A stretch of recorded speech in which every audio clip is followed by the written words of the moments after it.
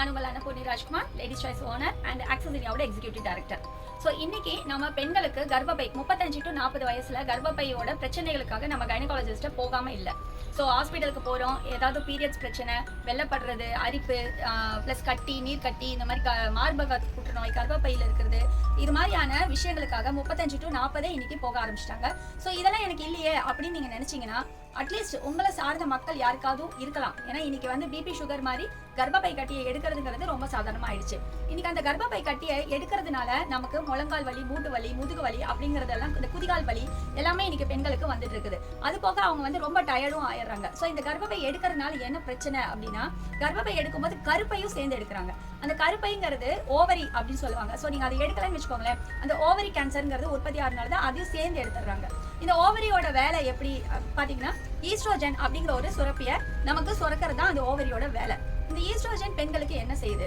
ஈஸ்ட்ரோஜன்ங்கிறது நம்ம பெண்களோட எலும்புகள்ல calcium and பாஸ்பேட்டை வந்து உற்பத்தி பண்ணுது, அதாவது தக்க வச்சுக்குது.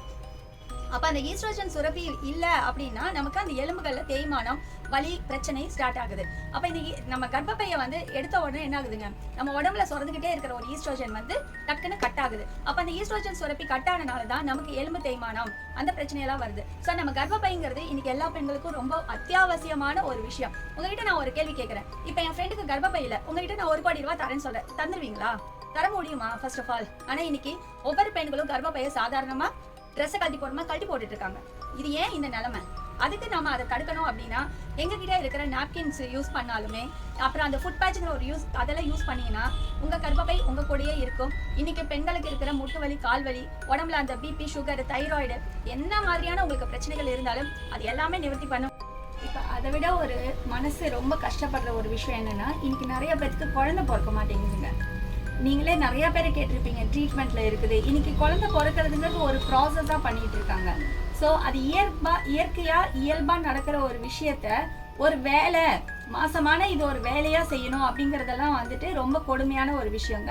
ஸோ இன்னைக்கு குழந்தைங்க 10 வயசுல இருந்து வயசுக்கு வந்துடுறாங்க. அவங்களுக்கு வந்து நம்ம அந்த பிளாஸ்டிக் நாப்கின்ஸ், அந்த பிங்க் கலரு, ப்ளூ கலர்ல வர பேக்கெட்ஸ் எல்லாம் எடுத்து நம்ம யூஸ் பண்ணும்போது அதனாலதான் இன்னைக்கு குழந்தையும் பிறக்க மாட்டேங்குது. ஸோ அது எல்லாமே கொஞ்சம் கவனமா சிந்திச்சுக்கோங்க. நாளைக்கு இந்த உலகத்துல நடக்கிறது நம்ம வீட்டுக்கும் வரலாம். நமக்கும் பையன் இருக்கு, பொண்ணு இருக்கு, இது போக பேரம், பேத்தி, அந்த மாதிரியான வரிசைகள் நிறைய இருக்கு.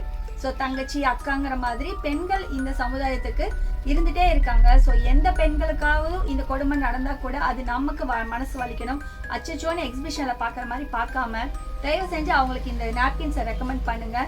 எல்லா பெண்களும் ஆரோக்கியமா இருக்கணும் அப்படிங்கறதுக்காக நான் சொல்லி எங்ககிட்ட இருக்க நாப்கினையும் ஃபுட் பேட்சையும் உங்களுக்கு அறிமுகப்படுத்துறோம். நன்றி, வணக்கம்.